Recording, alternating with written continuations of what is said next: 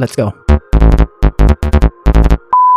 एक दिन खरगोश साहब ने अचानक से अपनी मैडम को मेज पर धक्का दे दिया। जब दोनों कुछ खास करने की तैयारी में थे, तभी जंगली सुअर साहब ने अचानक दरवाजा किया। दोनों ने तुरंत ऐसा दिखाया मानो कुछ हुआ ही नहीं, और जंगली सुअर साहब ने भी इस पर ध्यान नहीं दिया। वे अपने नाव से खेलते रहे। इस बीच अपनी मैडम ने खिड़की खोली ताकि ताजी हवा आ सके, लेकिन एक तेज हवा का झोंका आया और नाव को गिरा दिया, जिससे जंगली सुअर साहब बहुत गुस्से में आ गए और उन्होंने चाकू निकालकर अपनी मैडम के गले पर रख दिया। शुक्र है कि खरगोश साहब ने तुरंत जंगली सुअर को पकड़ लिया, जिससे वे शांत हो गए और मामला ठंडा पड़ गया। जंगली सुअर साहब को हटाने के लिए खरगोश साहब ने अपनी मैडम से कहा कि वे उसकी मदद करें और चाकू तेज करें। इसके बाद खरगोश साहब रसोई में गए और खाना बनाने की तैयारी करने लगे। जैसे ही उन्होंने सामग्री निकाली, एक गोली बाहर गिर गई। दोनों की दिल की धड़कनें तेज हो गई, मानो कुछ गड़बड़ हो गई हो। लेकिन जंगली सुअर साहब ने इस पर भी ध्यान नहीं दिया। उन्होंने गोली के अंदर से स्टील की गोली निकाली और उसे अपने मॉडल तोप में डाल दिया। बोरियात में उन्होंने तोप का मुंह खरगोश साहब की तरफ कर दिया और गोली चला दी, जिससे वह सीधे खरगोश साहब के चेहरे पर लगी। खरगोश साहब ने चेहरे पर दर्द देख साहब जोर से हंस पड़े और मेज पर रखी शराब उठाकर पीने लगे। लेकिन जैसे ही उन्होंने शराब पी, उन्हें खांसी आने लगी। जंगली सुअर साहब को पता नहीं था कि खरगोश साहब ने पहले ही शराब में जहर मिला दिया था। इस बीच खरगोश साहब बाथरूम में गए। पहले उन्हें अपने बाल ठीक किया और फिर सुअर साहब का टूथपेस्ट उठाकर कचरे में फेंक देता है, यह सोचते हुए कि अब वह इस घर का नया मालिक बनने वाला। इस समय सुअर को समझ में आ जाता है कि यह सब खरगोश और अपनी मैडम की चाल है। उससे सिर में दर्द होने लगा है और वह गुस्से में चिल्लाते हुए दोनों से बदला लेने की सोचता है। लेकिन कुछ ही देर में वह अपने जहाज के मॉडल पर गिर जाता है और आज रात का उनका डिनर ताजा सुअर का सिर होने वाला है।